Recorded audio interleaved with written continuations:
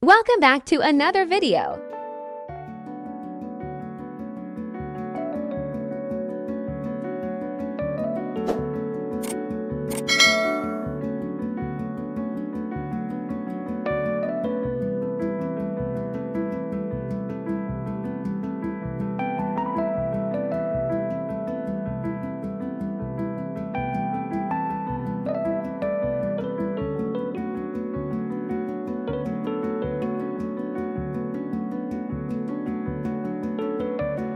Select Rectangle tool.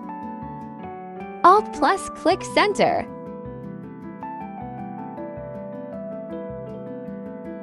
Press Ctrl plus D for duplicates layers. Select Layers. Click Object and expand layers. Take Shape Builder tool. Create new shapes by combining and erasing parts.